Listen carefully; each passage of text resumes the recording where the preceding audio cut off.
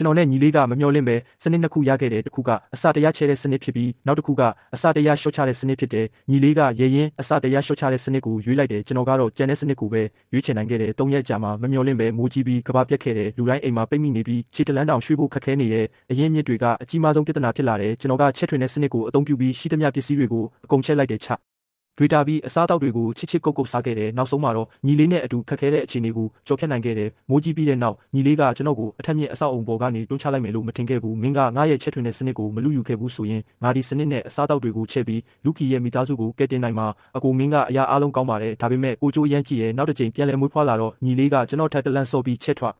ဒီနေ့စနစ်ကိုရွေးချယ်ခဲ့တယ်သူလည်းပြန်လဲမွေးဖွားလာပြီဆိုတာကျွန်တော်သိလိုက်တယ်ကျွန်တော်ပြုံးလိုက်တယ်ရှော့ချတဲ့စနစ်ကိုအသုံးပြုပြီးကျွန်တော်9နှစ်စာလုံလောက်တဲ့အစားအသောက်တွေကိုရှော့ချခဲ့တယ်တစ်ချိန်တည်းမှာပဲကိုလည်းရှော့ချလိုက်တယ်ဒါကြောင့်ကျွန်တော်လူတိုင်းရဲ့အမြင်အာရုံကနေပျောက်ကွယ်သွားတယ်ခင်ဗျားတို့ရဲ့သက်ဆိုင်ရာစနစ်တွေကိုရွေးချယ်ပါဒီစကားနဲ့ဒီမြင်ကွင်းကဘာလို့ဒီလောက်ရင်းနှီးနေရတာလဲကျွန်တော်ကောင်းကနည်းနည်းကြောင်တောင်ဖြစ်နေတော့မယ်ကျွန်တော်ခုနကညီလေးတွန်းချလို့အောက်ထပ်ကိုမကျသွားဘူးလားခဏကြာမှပဲကြီးမားတဲ့ဆွဲအားမဲ့ခြင်းခံစားချက်ကနေတတိပြန်ဝင်လာတယ်ညီလေးလည်းခဏတော့ကြောင်သွားပြီးချက်ချင်းပဲရွေးချယ်လိုက်တယ်ကျွန်တော်ချက်ထွင်တဲ့စနစ်ကိုလိုချင်တယ်ဒီစကားနဲ့ဒီမြင်ကွင်းကဘာလို့ဒီလောက်ရင်းနှီးနေရတာလဲကျွန်တော်ကောင်းကနည်းနည်းကြောင်နေတော့မယ်ညီလေးကကျွန်တော်ကိုဝမ်းသာအားရကြည့်လိုက်တယ်မျက်လုံးထဲမှာဝက်မထားနိုင်တဲ့ပျော်ရွှင်မှုတွေရှိနေတဲ့နောက်ဆုံးတော့ကျွန်တော်နားလဲသွားပြီးကျွန်တော်ပြန်လဲမွေးဖွားလာတာပဲကျွန်တော်နဲ့ညီလေးစနစ်ရွေးချယ်တဲ့နေ့ကိုပြန်ရောက်လာခဲ့တယ်ကျွန်တော်စိတ်ထဲမှာလှောင်ပြောင်လိုက်တယ်မင်းကမင်းရဲ့လူကီကိုဒီလောက်ကြိုက်ပြီးမင်းအသက်ကိုကယ်ခဲ့တဲ့ငါအကူကိုအယိုးထဲထိမုံတီးနေမှတော့ဒီတစ်ခါငါမင်းကိုထပ်မဆောင်ရှောက်တော့ဘူးပျော်ရွှင်နေတဲ့ညီလေးကိုကြည့်ပြီးကျွန်တော်ကရှော့ချတဲ့စနစ်ကိုပဲယူလိုက်မယ်လို့ပြောလိုက်တယ်ညီလေးကသူ့ရဲ့စနစ်အစ်စ်ကိုစမ်းသပ်ဖို့စိတ်အားထက်သန်နေတယ်သူကဘေးနားကခွက်တစ်လုံးကိုအစတရားချက်လိုက်တဲ့ခွက်သေးသေးလေးကချက်ချင်းဆိုသလိုကြီးမားတဲ့ခွက်ကြီးဖြစ်သွားတယ်ဟေးတကယ်ပဲချက်ထွင်တဲ့စနစ်ကငါဟာဖြစ်သွားပြီဝါဒါကငါအသက်ပေးပြီးကာကွယ်ခဲ့တဲ့ညီလေးပဲအရင်ဘဝတုန်းကရုတ်တရက်မိုးကြီးပြီးကဘာပြက်ခဲ့တယ်လူတိုင်းအိမ်မှာပိတ်မိနေပြီးပစ္စည်းတွေကလည်းပြက်လက်နေတယ်ကျွန်တော်အိမ်မှာခောက်ဆွဲချောင်းနဲ့ပေါင်မို့အချို့ရှိနေသေးတယ်ကျွန်တော်ချက်ထွင်တဲ့စနစ်ကိုအသုံးပြုပြီးအစားတောက်တွေကိုချက်လိုက်တယ်အဲ့ဒါကြောင့်ကျွန်တော်တို့9နှစ်ကြာမိုးကြီးတဲ့ကာလကိုခက်ခဲစွာကြော်ဖြတ်နိုင်ခဲ့တယ်ညီလေးရဲ့တငယ်ချင်းလူရှန်ကကျွန်တော်တို့အိမ်တကားဝမှာနေတယ်ညီလေးကသူတို့မိသားစုအတွက်အစားတောက်တွေချက်ထွင်ပေးဖို့ကျွန်တော်ကိုတောင်းဆိုခဲ့တယ်ဒါပေမဲ့ကျွန်တော်ကကဘာပြက်ချိန်မှာလူစိတ်ကပြောဖို့ခက်တယ်ဆိုတဲ့အကြောင်းပြချက်နဲ့ညှင်းပယ်ခဲ့တယ်ကျွန်တော်အကူအညီမပါပဲလူရှန်တို့မိသားစုက9နှစ်တောင်မခံပဲစောစောစီးစီးအငတ်ဘေးနဲ့တေဆုံးခဲ့ရတယ်ကျွန်တော်ကဘာပြက်ချင်းကိုဖျက်ကျော်နိုင်ခဲ့ပေမဲ့ကျွန်တော်စူးစမ်းပြကာကွယ်ခဲ့တဲ့ညီလေးလက်ထဲမှာတေဆုံးခဲ့ရတယ်တကယ်ကိုရေးစရာကောင်းတယ်အခုချက်ထွင်တဲ့စနစ်ကငါဟာဖြစ်သွားပြီးမင်းမနာလို့မဖြစ်ဘူးလားငါကလိုချင်တဲ့အရာအလုံးကိုချက်လို့ရတာကိုမင်းရဲ့ရှော့ချတဲ့စနစ်ကအသုံးမဝင်ဘူးထင်တယ်ညီလေးကကျွန်တော်ပြန်လဲမွေးဖွားလာသလားဆိုတာကိုစမ်းသပ်နေပုံရတယ်သူ့မျက်လုံးထဲမှာတတိထားရမယ့်အမှုရာတချို့လည်းပါနေတယ်ကျွန်တော်တက်ပြင်းချလိုက်ပြီးဘာမှမဖြစ်တယ်လို့ရဲလိုက်တယ်ဒါကဘာထူးလဲစနစ်တစ်ခုပဲလေမင်းကြရင်ယူလိုက်ပေါ့ကျွန်တော်ကဘာယူရတယ်ကျွန်တော်ကချက်ထွက်ဒီနေ့စနစ်ကိုဘာမှစိတ်မဝင်စားတာတွေ့တော့ညီလေးကစိတ်အေးလက်အေးပြုံးလိုက်တယ်ကျွန်တော်သိတယ်ဒီတစ်ချိန်ညီလေးကသူ့ရဲ့တငယ်ချင်းလူရှန်တို့မိသားစုကိုတွားခဲ့မှာတေချာတဲ့တစုံတစ်ယောက်ကဒီစနစ်အကြောင်းကိုသိသွားတာနဲ့ညီလေးကကဘာပြက်ချိန်မှာလုံးဝဘေးကင်းမှာမဟုတ်တော့ဘူးလူတိုင်းကဒီစနစ်ကိုမမောကြမှာပဲညီလေးကဝမ်းသာအားရအိမ်ထဲကနေပြေးထွက်ပြီးလူရှန်ရဲ့အိမ်တကားကိုခောက်လိုက်တယ်လူရှန်ကနားမလဲစွာနဲ့လုံဟောက်ဟောက်မင်းမလို့လာတာလဲဟေးလူကီအိမ်ထဲဝင်ပြီးပြောကြရအောင်ငါမင်းကိုလှုပ်ဝက်ချက်ကြီးတစ်ခုပြောပြစရာရှိတယ်ညီလေးကလူရှန်ရဲ့ပခုံးကိုချစ်စနိုးနဲ့ပုတ်လိုက်တယ်သူ့မျက်နှာပေါ်ကယွန်ရှာမှုကိုလုံးဝဂရုမစိုက်ဘူးတစ်ဖက်ကတကားပိတ်လိုက်တာနဲ့ကျွန်တော်ချက်ချင်းဖုံးဖွင့်ပြီးရက်ဆွဲကိုကြည့်လိုက်တယ်14ရက်နေ့အခုမိုးကြီးဖို့3ရက်ကျန်သေးတယ်အချိန်မီပါသေးတယ်ကျွန်တော်ချက်ချင်းကားမောင်းပြီးအနီးနားကစူပါမားကတ်ကိုသွားတယ်အစားတောက်အချို့ရည်အသုံးဆောင်ပစ္စည်းတွေအကုန်လုံးကိုဝယ်ယူခဲ့တယ်ခောက်ဆွဲချဟောက်ပေါင်မုတ်လို့အထားခံတဲ့အစားတောက်တွေအပြင်တန့်စင်ကန်းသုံးစက်ကူဘီးမှန်ဆောင်ကောင်းစားတဲ့နေစဉ်သုံးပစ္စည်းတွေလည်းပါဝင်တယ်ဆမ်မုတ်ဂျုံမုတ်နဲ့အမျိုးမျိုးသောဟင်းသီးဟင်းရွက်မျိုးစေ့တွေလည်းဝယ်ခဲ့တယ်အသားကိုအချိန်မရွေးစားနိုင်ဖို့အတွက်ကြက်ကလေးတွေအစုလိုက်ဝယ်ခဲ့သေးတယ်ပရီဘောကဆိုင်ကိုလည်းတွားပြီးပရီဘောကအစုံလင်ကိုကို့အတွက်ရွေးခဲ့တယ်ကို့အတွက်အသစ်ဆက်ဆက်အိမ်လေးတစ်လုံးဆောက်ဖို့ပြင်ဆင်နေတယ်ကျွန်တော်အိမ်ကအထက်မြင့်မှာရှိတယ်အရင်ဘဝတုန်းကမိုးကြီးတာဆက်ဖြစ်နေပေမဲ့ကျွန်တော်ကိုမချင်းချောက်ခဲ့ဘူးကျွန်တော်ကအိမ်ကနေထွက်ခွာဖို့မရည်ရွယ်ဘူးဒါပေမဲ့နောက်တစ်မျိုးနဲ့နေထိုင်မယ်ကျွန်တော် YouTube ဆိုပဲဝယ်ယူခဲ့တယ်ကျွန်တော်ဘန်ကတ်ထဲကပတ်စံတွေအကုန်ကုန်နဲ့ထိပဲညီလေးကိုကြည့်လိုက်တော့သူကမိုးကြီးတော့မယ်ဆိုတာသိနေပေမဲ့ဘာမှမစိုးရိမ်မပြင်ဆင်ဘူးညီလေးကသူ့ရဲ့ချက်ထွင်တဲ့စနစ်နဲ့စားတောက်တွေကိုချက်လို့ရတယ်ဆိုတာသိထားတာကြောင့်အနေငယ်များမစိုးရိမ်ဘူးတခါတလေမျော်လင့်နေပုံတောင်ရတယ်ကျွန်တော်ကညီလေးပါကိုမျော်လင့်နေလဲဆိုတာသိတာပေါ့သူကအစားတောက်ရှားပါတဲ့အခြေအနေမှာသူ့ရဲ့တငယ်ချင်းလူရှန်တို့မိသားစုကိုကယ်တင်ဖို့ခုန်ထွက်လာပြီးလူရှန်ကိုသူ့ပေါ်ပုံမခင်မင်သွားစေချင်တာကျွန်တော်ကသူကလူရှန်ကိုအကောင်းဆုံးညီကိုတယောက်လိုပဲသဘောထားတယ်လို့အမြဲထင်ခဲ့တာဒါပေမဲ့သူကအစွန်းရောက်ညီကိုတယောက်ရဲ့အုံနောက်မျိုးရှိနေတယ်လို့မထင်ခဲ့ဘူးညဘက်ညီလေးအိမ်ပြန်ရောက်လာတော့သူ့မျက်လုံးထဲမှာပျော်ရွှင်မှုတွေပြည့်နေနေပြီးလူရှန်နဲ့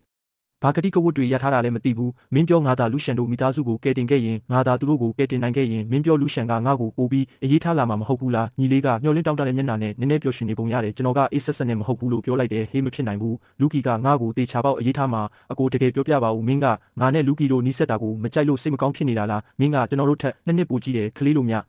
အသေးမွာကိစ္စတွေကိုစိတ်မပူနဲ့တော့ကျွန်တော်ကညီလေးရဲ့စကားကိုဂရုမစိုက်ပဲဖုန်းကိုကြည့်ပြီးကိုလိုချင်တဲ့ပစ္စည်းတွေကိုအွန်လိုင်းကနေဝယ်နေခဲ့တယ်ကျွန်တော်ညီလေးကြောင့်တစ်ခါတေးခဲ့ရပြီးဒီလိုကိစ္စမျိုးကိုဒုတိယအကြိမ်ထပ်ဖြစ်ခွင့်လုံးဝမပြုတော့ဘူးဒီတစ်ခါတော့မင်းကိုယ်တိုင်တေးလိုက်ပါမင်းမှာပတ်စံရှိသေးလားငါ့ကိုတောင်းချပြီးချီးပါဦးငါတခုခုဝယ်စားခြင်းလို့တောင်းချပြီးဝယ်စားဖို့လားမင်းခုနကမှမစားထားဘူးလားအဲ့ဒါတွေက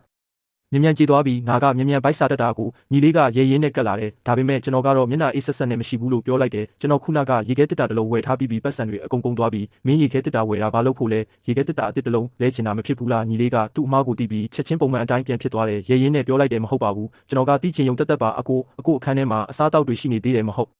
်လာကျွန်တော်အဲ့ဒါတွေကိုရက်ွက်ထဲကတကူတဲ့နေအဖိုးတွေစီပို့ပေးလိုက်ပြီးသူတို့ရဲ့ဘဝကလည်းမလွယ်ကူတာကိုအကိုမစိတ်ဆိုးဘူးမလားညီလေးကရွှင်ရွှင်လန်းလန်းရဲတဲ့သူ့ကိုကျင်နာတယ်လို့ချီးကျူးတာကိုစောင့်နေပုံရတယ်ညီလေးကဒီဘဝမှာပြန်လည်မွေးဖွားလာပြီးသူ့လိုချင်တဲ့ချက်ထွင်တဲ့စနစ်ကိုရခဲ့ရုံသာမကကျွန်တော်ရဲ့နောက်ဆုံးပစ္စည်းတွေကိုတောင်သူများလက်ထဲလွှဲပြောင်းပေးလိုက်တယ်ဆိုတာကျွန်တော်မထင်မှတ်ခဲ့ဘူးဒါကကျွန်တော်ကိုအသေးဖိအားပေးချင်တာထင်ရှားနေတာပဲကျွန်တော်ပြန်လည်မွေးဖွားလာခြင်းမရှိခဲ့ရင်စနစ်လည်းမရှိခဲ့ရင်ဒီတစ်ခါမိုးကြီးပြီးကဘာပြတ်တဲ့အခြေအနေမှာကျွန်တော်လုံးဝအသက်ရှင်နိုင်မှာမဟုတ်ဘူးညီလေးရဲ့ပြုံးနေတဲ့မျက်နှာကိုကြည့်ပြီးသူ့အပေါ်ကျွန်တော်ရဲ့ယွန်ရှာမှုကပိုလို့တောင်တိုးလာခဲ့တယ်ကျွန်တော်ကိုညီလေးအပေါ်ကောင်းခဲ့တယ်လို့ထင်ခဲ့တယ်ငယ်စဉ်ကမိဘနှစ်ပါးစလုံးကွယ်လွန်ခဲ့ပြီးအကိုတယောက်အနေနဲ့မိဘရဲ့တာဝန်တွေကိုကျွန်တော်ယူခဲ့တယ်ညီလေးကိုကြောင်းထားဖို့အတွက်ကျွန်တော်